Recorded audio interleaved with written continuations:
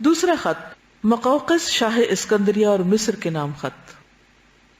نبی صلی اللہ علیہ وسلم نے اس کے نام جو خط لکھا وہ یہ تھا: بسم اللہ الرحمن الرحیم من محمد ابن عبداللہ ورسولہ الی المقوقس عظیم القبط سلام علی من اتبع الہدی اما بعد فإنی ادعوک بدعایت الاسلام اسلم تسلم واسلم یؤتک اللہ اجرک مرتین فإن تولیت فإن علیک اثم القبط یا اہل الکتاب تعالوا الی کلمۃ سواء بیننا وبینکم الا نعبد الا اللہ ولا نشرک به شیئا ولا يتخذ بعضنا بعضا اربابا من دون اللہ فإن تولوا فقولوا اشہدوا بالقبط کی جانب. اس پر سلام جو ہدایت کی پیروی کرے. اما بعد میں تمہیں اسلام کی دعوت دیتا ہوں. اسلام لاؤ سلامت رہو گے. اسلام لاؤ اللہ تمہیں دوہرا اجر عطا کرے گا کیونکہ اہل کتاب کے لیے دوہرا اجر ہے. لیکن اگر تم نے منہ موڑا تو تم پر اہل قبط کا بھی گناہ ہوگا. یہ نہیں کہا تم گناہگار ہوگے، وہ تو ہو گئے ہی، انڈرسٹوڈ ہے. اہل قبط جو تمہیں فالو کر رہے ہیں ان کا بھی ذمہ ہوگا. اور اے اہل کتاب ایسی بات کی طرف آؤ جو ہمارے اور تمہارے درمیان برابر ہے، وہ یہ کہ ہم اللہ کے سوا کسی کی عبادت نہ کریں اور اس کے ساتھ کسی چیز کو شریک نہ ٹھہرائیں، اور ہم میں سے بعض کو اللہ کے سوا رب نہ بنائے. بس اگر وہ منہ موڑے تو تم کہہ دو کہ گواہ رہو کہ ہم مسلمان ہیں. یہ خط آپ نے حاطب بن ابو بلتہ کے ہاتھ بھیجا. صحابی ہیں یہ بھی. انہوں نے مقوقس سے گفتگو کی اور اسے خط پہنچایا. یہ سارے سفراء تھے، سفیر. پیچھے میں آپ کو بتا چکی ہوں کہ سفیروں کی کیا خوبیاں ہونی چاہیے. مقوقس نے ان کی عزت افزائی کی اور خط ہاتھی دانت کے ایک ڈبے میں رکھ کر اس پر مہر لگائی اور اسے محفوظ کر لیا، ڈیکوریشن پیس بنا لیا. اور نبی اکرم صلی اللہ علیہ وسلم کو جواب لکھا اور اس میں اقرار کیا کہ ایک نبی باقی رہ گیا ہے اور میں سمجھتا تھا کہ وہ ملک شام میں ظاہر ہوگا، لیکن وہ مسلمان نہیں ہوا. تحفے میں ماریا اور سیری نامی 2 لونڈیاں بھیجی جن کا قبط میں بڑا مقام تھا، یعنی بہت ایلیٹ سے تھی. کچھ کپڑے اور ایک خچر بھی ہدیہ کیا جس کا نام دلدل تھا. گھوڑے اور گدھے کے بیچ میں ہوتا نا خچر. نبی صلی اللہ علیہ وسلم نے ماریا کو اپنے لیے اور دلدل کو اپنی سواری کے لیے منتخب فرمایا اور سیری کو حضرت حسان بن ثابت کے لیے ہبہ کر دیا. اس خط میں اور پچھلے میں کیا فرق ہے؟ یعنی پازیٹو سے بات کی، دوہرے اجر کی بشارت دی اور وہیں پر انجام بھی بتا دیا اور کامن گراؤنڈ سے بات کر کے بات ختم کر دی. خط زیادہ مختصر ہے یہاں. جی اللہ کے بندے اور رسول کی بات ہے. جی اس نے بات نہیں مانی، وہ مسلمان نہیں ہوا. آپ کے خط کو آنر دیا. ہاتھی دانت کے ڈبہ آپ کو معلوم، ہمارے یہاں بھی ڈیکوریشن پیس ہوتے ہیں، وہ بنے ہوتے نا چھوٹے چھوٹے، اس میں مینا کاری کی بھی ہوتی ہے. اور جیسے جیولری باکس نہیں ہوتے، سمجھے اسی طرح کا باکس. تو اس نے خط کو سنبھال کر اس میں بند کر کے عزت سے رکھ دیا، جیسے ہم کیا کرتے ہیں قرآن پاک اور دین کی چیزیں بہت احترام سے رکھ دیتے. اور کنفیوژن میں تھا کچھ کہ میرا خیال ہے کوئی غلط انفارمیشن تھی پہلے سے یا ایک گمان تھا. بہرحال توفیق نہیں تھی اللہ کی طرف سے، مسلمان نہیں ہوا. لیکن آپ کی رسپیکٹ کی، ایک اچھے تعلقات کے لیے اس نے جواباً ہدیہ بھیجا. آپ نے ہدیہ قبول کر لیا. یعنی نان مسلم، نان ہاسٹائل، اچھے ٹرمز. اس سے کیا پتہ چلتا ہے کہ ایسے نان مسلمز جو بے ضرر ہیں، آپ کو کچھ نہیں کہتے، اپنے دین پر ہیں، آپ نے انہیں اسلام کی بات بھی بتائی، لیکن آپ کے نیبرز ہیں، ہمسائے ہیں، قبول نہیں کیا انہوں نے. وہ آپ کو کچھ بھیجتے ہیں، آپ بھی جواباً انہیں کچھ بھیج سکتے ہیں، لین دین ہو سکتا ہے. جی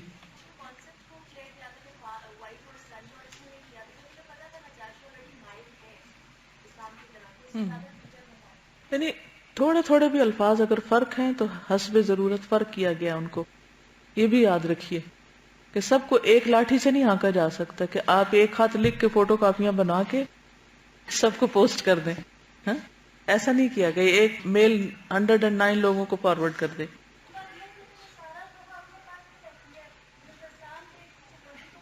جی نہیں، سارا تحفہ اپنے پاس نہیں رکھ لیا، شیئر بھی کیا، اس کو آگے بھی دیا.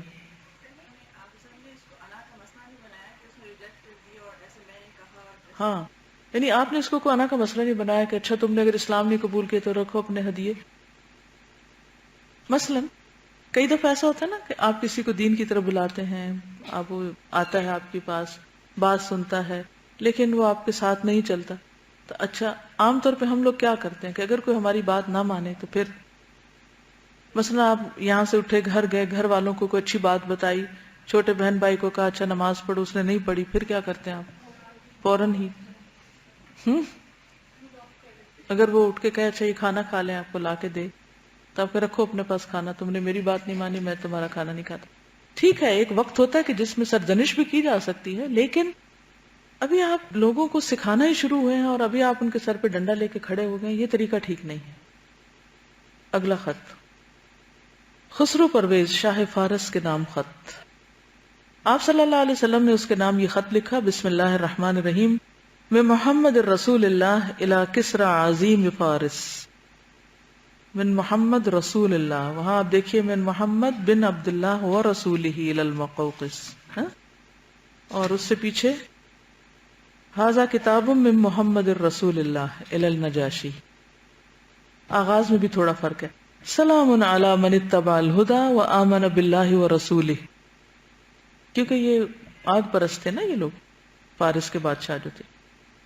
وشہد ان لا الہ الا اللہ وحدہ لا شریک لہ وان محمدا عبدہ ورسولہ وادعوک بدعایۃ اللہ فانی انا رسول اللہ الی الناس کافۃ لینذر من کان حیا ویحق القول علی الکافرین اسلم تسلم وان ابیت فعلیک اثم المجوس.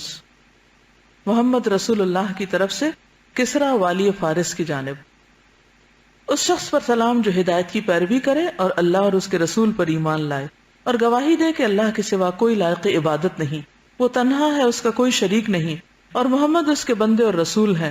میں تمہیں اللہ کی طرف بلاتا ہوں کیونکہ میں تمام انسانوں کی جانب اس کا فرستادہ یعنی بھیجا ہوا ہوں، تاکہ جو شخص زندہ ہے اسے انجام بد سے ڈرایا جائے اور کافروں پر حق بات ثابت ہو جائے، یعنی انکار کرنے والوں پر حق ثابت ہو جائے کہ انہیں پیغام پہنچا دیا گیا، حجت تمام ہو جائے. بس تم اسلام لاؤ سالم رہو گے، اور اگر اس سے انکار کیا تو تم پر مجوس کا بار گناہ ہوگا.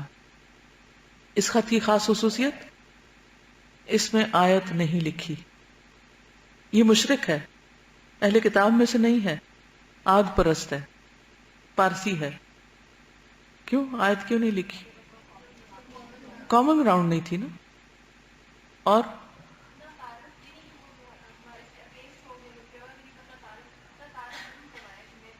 جی اپنی پہچان کروائی اور پھر بتایا کہ میں آپ کو اس لیے خط بھیج رہا ہوں کہ میں سارے انسانوں کی طرف رسول ہوں، صرف عربوں کی طرف نہیں، صرف اہل کتاب کی طرف نہیں، سب انسانوں کی طرف. تو یہ نقطہ یاد رکھنے کا ہے یہاں. اس سے یہ دلیل ملتی ہے کہ نبی صلی اللہ علیہ وسلم کی رسالت تمام لوگوں کے لیے تھی. یہ خط آپ نے عبداللہ بن حذافہ کے ذریعے سے بھیجا رضی اللہ عنہ، اور انہیں حکم دیا کہ اسے والی بحرین کے حوالے کر دیں، اور سربراہ بحرین اسے کسریٰ کے حوالے کرے گا. ڈائریکٹ کسریٰ کے پاس نہیں گئے کیونکہ یہ دو سپر پاورز تھی نا، روم اور ایران، تو ان تک پہنچنا اور مشکل تھا. لہذا ایک سٹیپ پہلے جو اس کا ہمسایہ بادشاہ تھا اس کو بھیجا تاکہ وہ اپنے طریقے سے آگے پہنچائے. یہ بھی ایک دلچسپ چیز ہے. جب یہ خط کسریٰ کے سامنے پڑھا گیا تو اس نے چاک کر دیا، پھاڑ دیا، اور کہا میری رعایا میں سے ایک حقیر غلام اپنا نام مجھ سے پہلے لکھتا ہے. تکبر بھرا ہوا تھا، تو اللہ کو تکبر کرنے والے پسند نہیں. رسول اللہ صلی اللہ علیہ وسلم کو اس کی خبر ہوئی تو فرمایا مزق اللہ ملکہ، اللہ اس کی بادشاہت کو پارا پارا کرے، یا اللہ نے اس کی بادشاہت پارا پارا کر دی. یعنی جس نے اللہ کے رسول کا خط پاڑا وہ بھی پھر برقرار نہ رہا، وہ بھی نہیں بچ سکتا. اور پھر وہی ہوا جو آپ نے فرمایا تھا. چنانچہ اس کے لشکر نے یعنی خود اس کی اپنی فوج نے رومیوں سے بدترین شکست کھائی. یاد ہے غلبت الروم، کچھ عرصے میں غالب آئیں گے، اور جنگ بدر کے دن غالب آ گئے. تو اس موقع پر یہ ہار چکا تھا. پھر خسرو کے بیٹے شیرویہ نے اس کے خلاف بغاوت کی، اس کے بیٹے نے اس کے خلاف بغاوت کی اور اسے قتل کر کے بادشاہت پہ قبضہ کر لیا. بیٹے نے باپ کو مار ڈالا. پھر وہاں افتراق اور انتشار کا طویل سلسلہ پھیل نکلا، تاکہ عمر بن خطاب کے زمانے میں اسلامی لشکر نے اس ملک پر قبضہ کر لیا اور یہ بادشاہت ہمیشہ کے لیے ختم ہو گئی۔ یعنی کسرا ختم ہو گئے۔ یاد ہے خندق کے موقع پر آپ نے کیا فرمایا تھا؟ وہ پیشن گوئی برحق ہو گئی۔ کوئی خاص چیز؟ جی فرمائیے۔ یس، لوگوں کو انڈرسٹینڈ کیجیے، سب کو ایک لاٹھی سے نہیں ہانکیے۔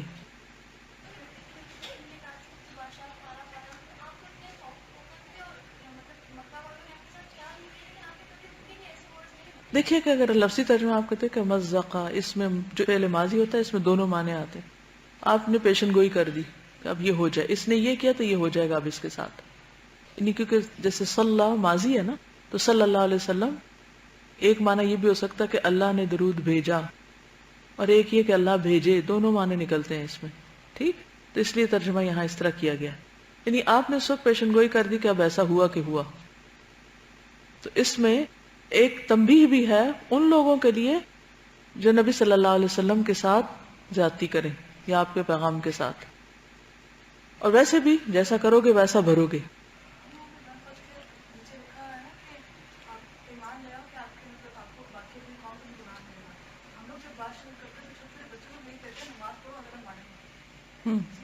یعنی کہ آپ دیکھیے کہ کسی پہ پرسنل اٹیک نہیں ہے، یہ آپ دیکھ رہے ہیں کہ اگر تم نے نہیں مانا تو تمہارا برا ہوگا، ہاں؟ نہیں مانا تو تمہاری قوم کا گناہ بھی تم پر آ جائے گا۔ بات تو وہی ہے لیکن کہنے کا انداز فرق ہے۔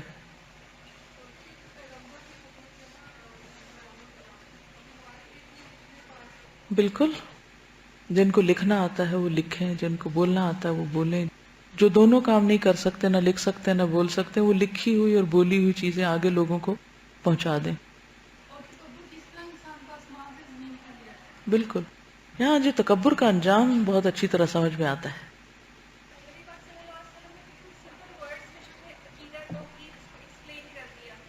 Yes.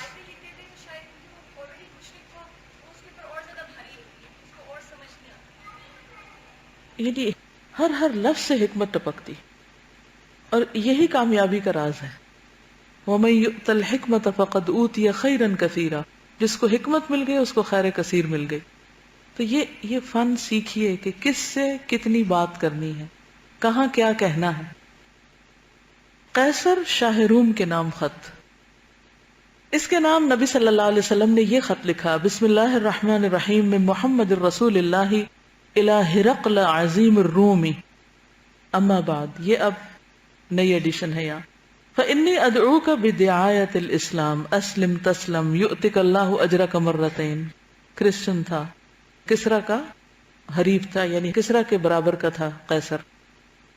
فإن تولیت فإن علیک اثم الأریسیین یا اہل الکتاب تعالوا الی کلمۃ سواء بیننا وبینکم الا نعبد الا اللہ ولا نشرک بہ شیئا ولا يتخذ بعضنا بعضا اربابا من دون اللہ فإن تولوا فقولوا اشہدوا بأننا۔ جانب سے ہرقل سربراہ روم کی طرف اس شخص پر سلام ہو جو ہدایت کی پیروی کرے۔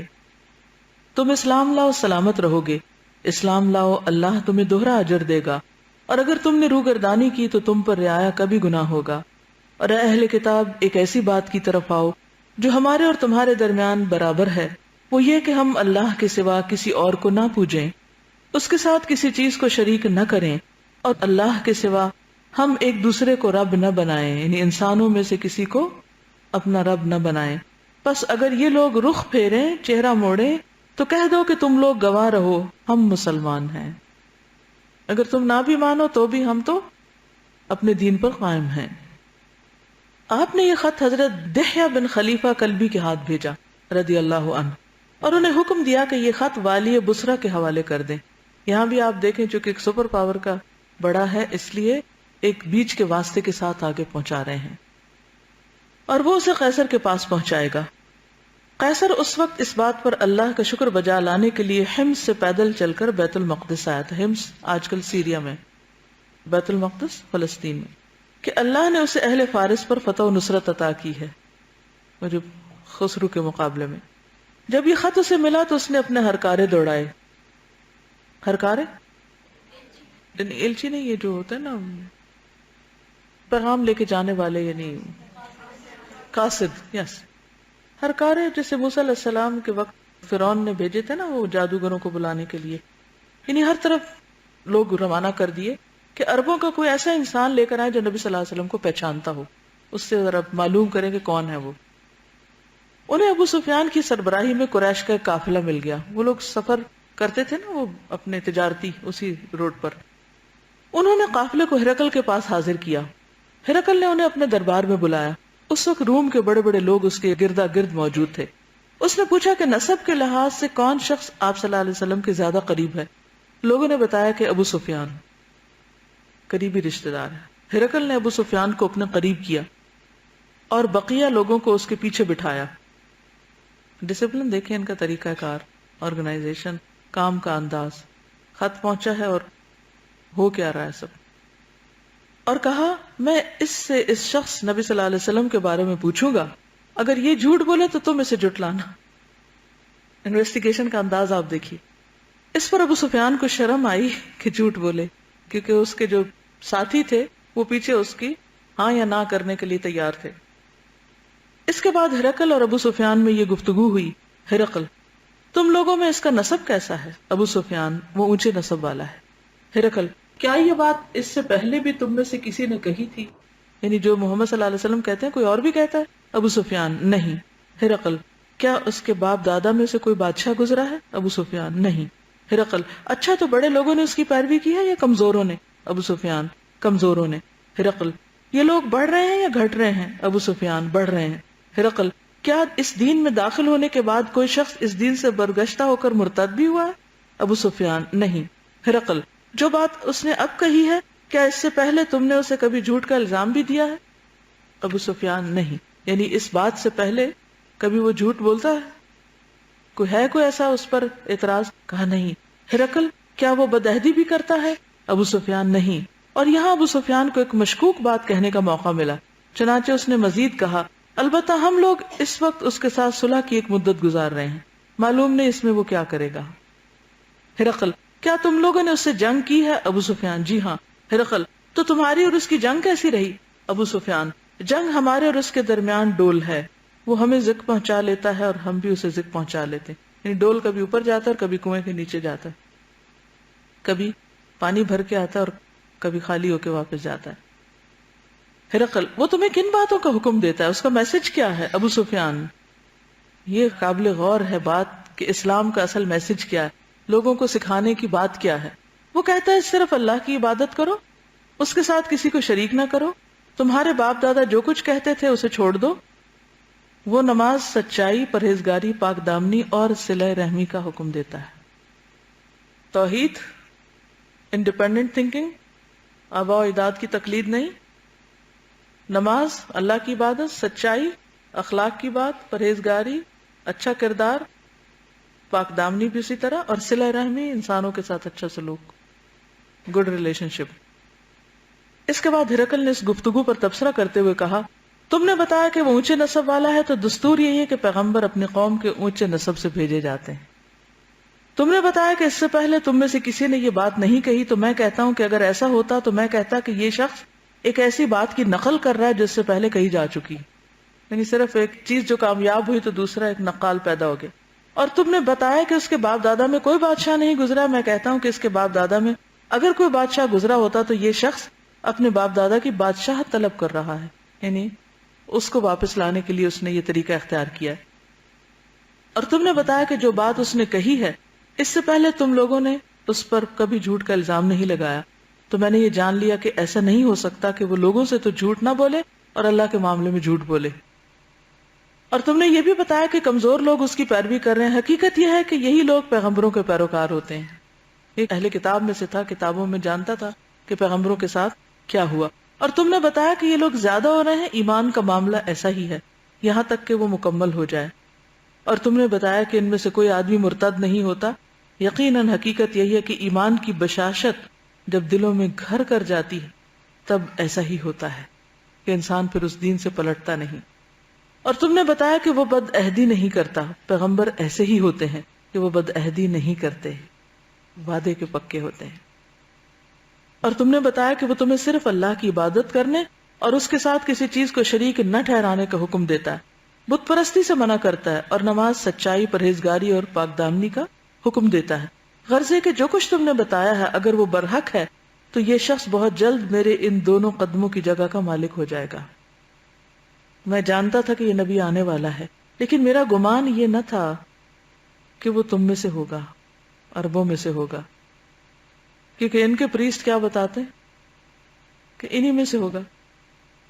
اور اگر مجھے یقین ہوتا کہ میں اس کے پاس پہنچ سکوں گا تو اس سے ملاقات کی زحمت اٹھاتا، اور اگر اس کے پاس ہوتا تو اس کے پاؤں دھوتا. اس کے بعد ہرقل نے آپ کا خط منگوا کر پڑھا تو آوازیں بلند ہو گئی، سارے آس پاس کے لوگ شور مچانے لگے اور بہت شور مچا. چنانچہ اس نے ابو سفیان اور اس کے ساتھیوں کو باہر نکلوا دیا، اب آپس میں نپٹے. باہر آ کر ابو سفیان نے اپنے ساتھیوں سے کہا ابو کبشہ کے بیٹے کا معاملہ بہت زور پکڑ گیا ہے. ابو کبشہ حضور صلی اللہ علیہ وسلم کے ننیال میں سے ایک بزرگ کا نام ہے جس کی طرف یہ منسوب کرتے تھے. اس سے تو بنو اسفر رومیوں کا بادشاہ ڈرتا ہے.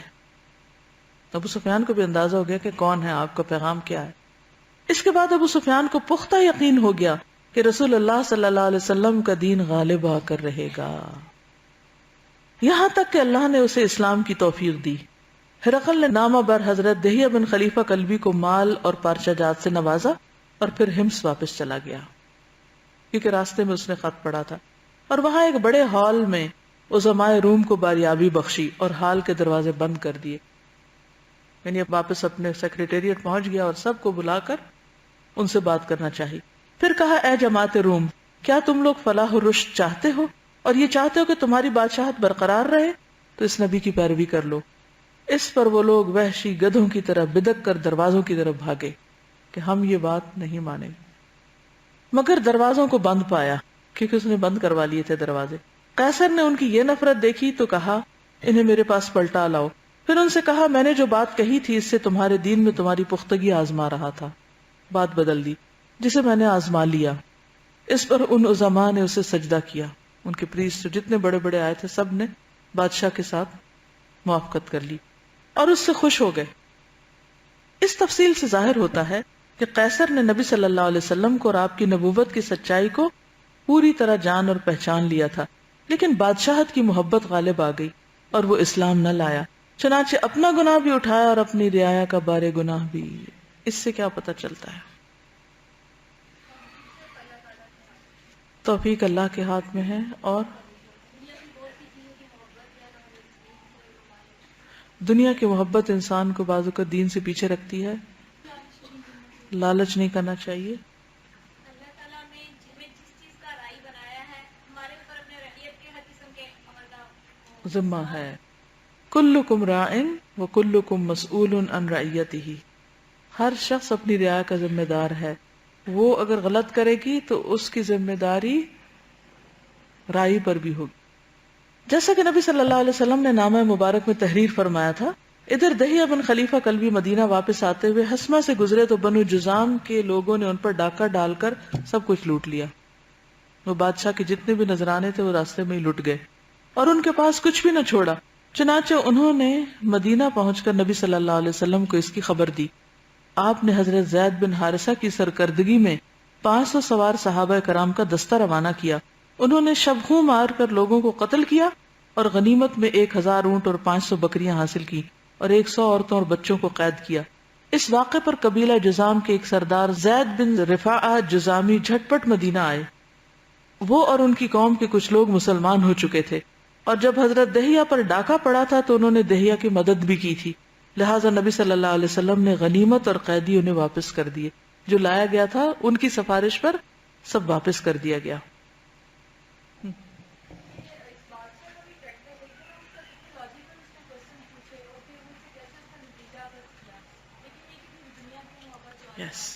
یعنی ضروری نہیں ہوتا کہ کوئی شخص بہت انٹیلیجنٹ ہو، بہت لاجیکل ہو، بہت وزڈم اور سمجھ رکھتا ہو، بہت سے اس کے پاس مصاحب ہوں، اتنے بڑے اسکالرز کا گروپ اس کے آس پاس ہو، بہت بڑی سلطنت کا مالک ہو تو واقعی اس کو ہدایت کی توفیق بھی ہو جائے گی.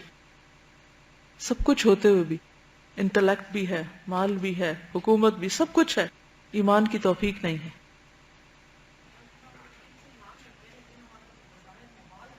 جی ہاں، یعنی ہم بعض اوقات خود مانتے ہیں لیکن ہمارا ماحول ہم پہ غالب آ جاتا ہے، اور ان کے پریشر میں آ کر ہم وہ چیز چھوڑ دیتے ہیں جو ہم کرنا چاہتے ہیں. جی ہوں.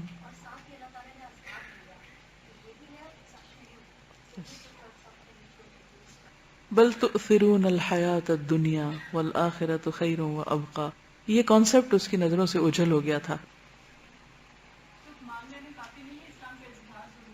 جی ہاں، یعنی دل سے تو مسلمان ہو چکا تھا وہ، لیکن اظہار بھی ضروری تھا.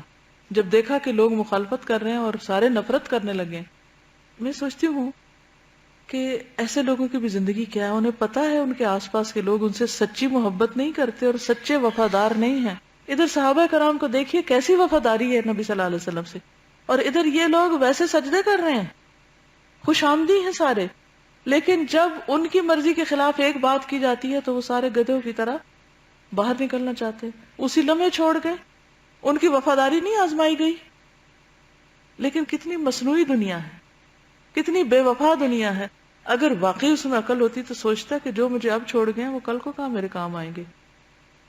لیکن انسان اپنے آپ کو دھوکے میں رکھتا ہے. حارث بن ابو شمر غسانی کے نام خط، یہ قیصر کی طرف سے دمشق کا امیر تھا. اس کے نام نبی صلی اللہ علیہ وسلم نے جو خط لکھا وہ یہ تھا، شاہ غسان تھا یہ، سیریا کی طرف، یعنی قیصر کا ایک طرح سے نائب تھا دمشق جو موجودہ شام ہے اس طرف. بسم اللہ الرحمن الرحیم، من محمد الرسول اللہ الی الحارث ابن ابی شمر، سلام علی من اتبع الہدی وآمن باللہ وصدق وانی ادعوک الی ان تؤمن باللہ وحدہ لا شریک لہ یبقى لک ملکک.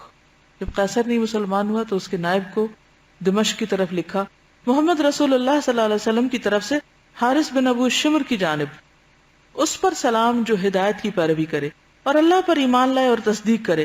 میں تجھے دعوت دیتا ہوں کہ اللہ وحدہ لا شریک پر ایمان لا، تیرے لیے تیرا ملک باقی رہے گا. کیونکہ اس کے بڑے نے ملک بچانے کے لیے اسلام چھوڑا تھا. تو یہاں کہا کہ تم مت ڈرو کہ تمہاری حکومت باقی نہیں رہے گی، اسلام لا کے بھی باقی رہے گی. یہ خط آپ نے شجاع بن وہب اسدی کے ہاتھ بھیجا، یہ اسد خزیمہ کی طرف منسوب ہے. حارث نے یہ خط پڑھا تو اسے پھینک دیا اور کہا کون ہے جو مجھ سے میرا ملک چھینے گا. تکبر. پھر مسلمانوں سے جنگ کی تیاری کرنے لگا اور حضرت ابن وہب سے کہا جو کچھ دیکھ رہے ہو اپنے صاحب کو اس کی خبر دینا، یعنی جا کے بتا دینا ہم کون ہیں اور کیا کرنے والے ہیں. اور قیصر سے رسول اللہ صلی اللہ علیہ وسلم کے ساتھ جنگ کی اجازت چاہی، مگر قیصر نے اس کو اس عزم سے باز رکھا. یعنی اس شخص نے اپنے بادشاہ سے رسول اللہ صلی اللہ علیہ وسلم کے ساتھ جنگ کی اجازت چاہی مگر اس نے اس کو باز رکھا. اس کے بعد اس نے شجاع بن وہب کو کپڑے اور مال سے نوازا اور اچھائی کے ساتھ واپس کیا. یعنی اینڈ میں اس نے بھی ایک طرح سے صلح کے ساتھ بھیجا اس کو. حوزہ بن علی صاحب یمامہ کے نام خط، نبی صلی اللہ علیہ وسلم نے اس کی طرف یہ خط لکھا، بسم اللہ الرحمن الرحیم، من محمد الرسول اللہ الی حوزہ بن علی، سلام علی من اتبع الہدی وعلم ان دینی سیظہر الی منتہى الخف والحافر فاسلم تسلم واجعل لک ما تحت یدیک. محمد رسول اللہ کی طرف سے حوزہ بن علی کی جانب، اس شخص پر سلام جو ہدایت کی پیروی کرے. تمہیں معلوم ہونا چاہیے کہ میرا دین اونٹوں اور گھوڑوں کی رسائی کی آخری حد تک غالب آ کر رہے گا. یعنی جہاں تک اونٹ گھوڑے جا سکتے ہیں، یہ مطلب ہے. کہاں تک جا سکتے ہیں؟ خشکی کی حد تک، یعنی پوری دنیا میں پھیل جائے گا، یہ مطلب ہے. لہذا اسلام لاؤ، سالم رہو گے، اور تمہارے ماتحت جو کچھ ہے اسے تمہارے لیے برقرار رکھوں گا. یعنی اسلام تم سے، ہم اس لیے نہیں تمہیں مسلمان کرنا چاہتے کہ تمہارا مال لے لیں، بلکہ تم اپنی جگہ پر اپنے عہدے پہ قائم رہو گے. یہ خط آپ نے سلیط بن عمرو عامری کے ہاتھ بھیجا رضی اللہ عنہ. حوزہ نے ان کی عزت کی، انہیں انعام سے نوازا اور ہجر کے کپڑے دیے، اور جواب میں لکھا آپ جس چیز کی دعوت دیتے ہیں اس کی بہتری اور عمدگی کا کیا پوچھنا، اور میں اپنی قوم کا شاعر اور خطیب ہوں اور عرب پر میری ہیبت بیٹھی ہوئی ہے، اس لیے کچھ کار پردازی میرے ذمہ کر دیں، میں آپ کی پیروی کروں گا. یعنی کوئی کام مجھے دینا ہے تو میں حاضر ہوں.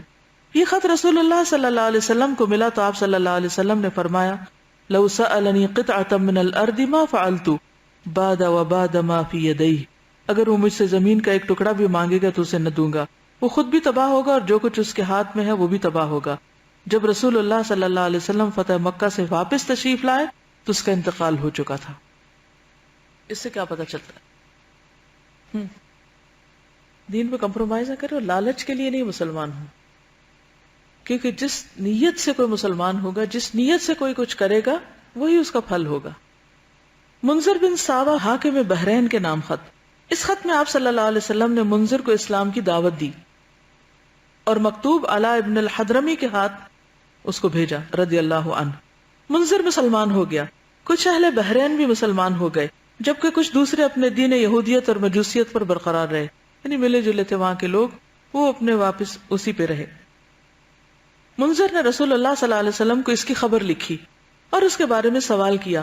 آپ صلی اللہ علیہ وسلم نے اسے لکھا: من محمد الرسول اللہ الی المنذر ابن ساوا سلام علیک فترک للمسلمین ما اسلموا علیہ وعفوت عن اہل الذنوب فاقبل منہم وانک مہما تصلح فلن نعزلک عن عملک ومن اقام علی یہودیت او مجوسیت فعلیہ الجزیہ.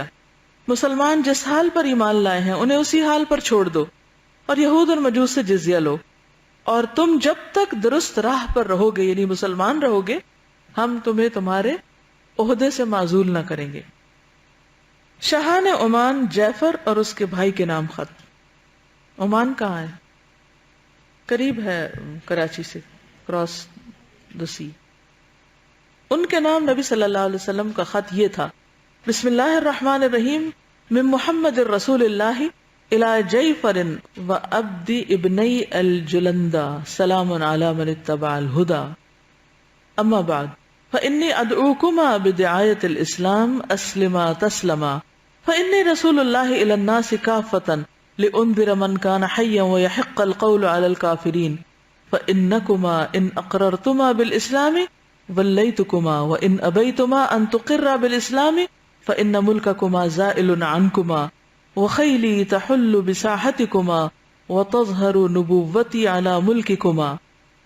محمد رسول اللہ صلی اللہ علیہ وسلم کی جانب سے جلندہ کے دونوں صاحبزادوں جعفر اور عبد کے نام، اس شخص پر سلام جو ہدایت کی پیروی کرے. اما بعد، میں تم دونوں کو اسلام کی دعوت دیتا ہوں، اسلام لاؤ سالم رہو گے، کیونکہ میں تمام انسانوں کی جانب اللہ کا رسول ہوں، تاکہ جو زندہ ہے اسے انجام کے خطرے سے آگاہ کر دوں اور کافروں پر سچی بات واضح ہو جائے.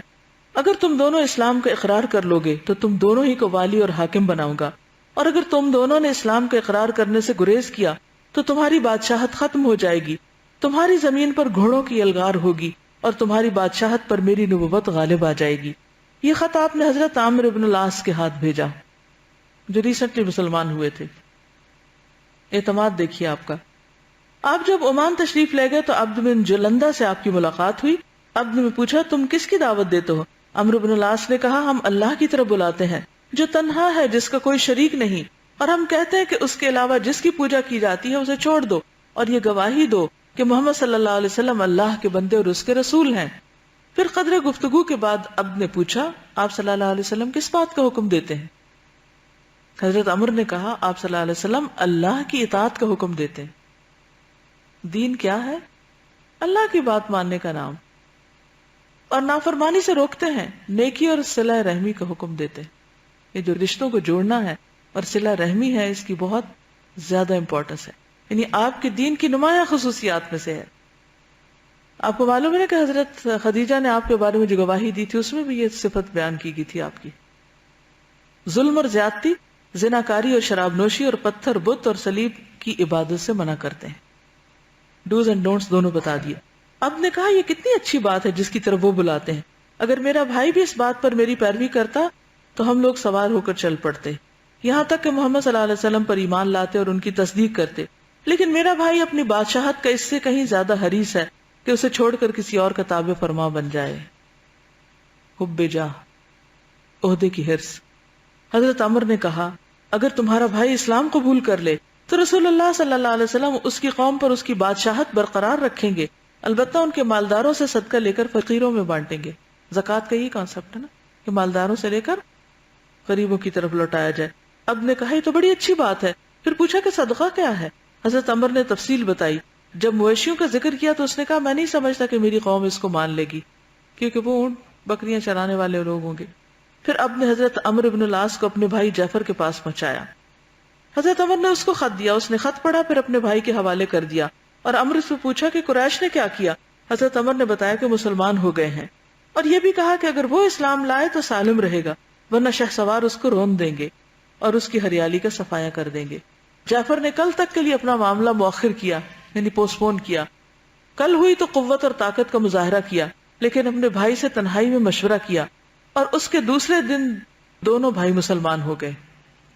اور حضرت عمر کو صدقہ وصول کرنے کے لیے آزاد چھوڑ دیا کہ جس سے چاہو تم صدقات اب وصول کر لو یہاں سے. اور جس کسی نے ان کی مخالفت کی وہ اس کے خلاف مددگار ثابت ہوئے، یعنی جو حضرت عمر کو نہیں دینا چاہتا تھا انہوں نے اس کو پکڑا.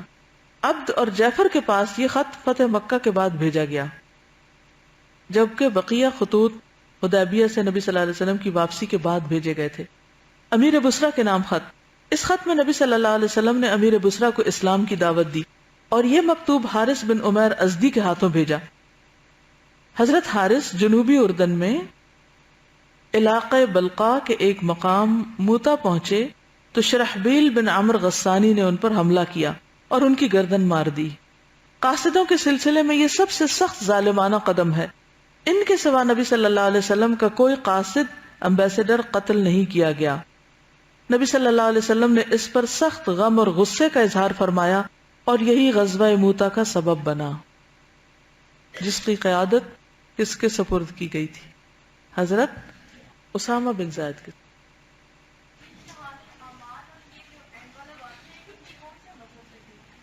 یہ لگتا ہے کہ شاید مجوسی تھے یا مشرک تھے، کیونکہ ان کے خط میں آپ نے وہ آیت نہیں کوٹ کی ہوئی. ٹھیک ہے، اس سے پتہ چلتا ہے کہ اہل کتاب میں سے نہیں تھے. ٹھیک ہے، چلیے آج کے لیے اتنا ہی کافی ہے. سبحانک اللہم و بحمدک نشہد ان لا الہ الا انت نستغفرک و نتوب الیک. السلام علیکم و رحمۃ اللہ وبرکاتہ.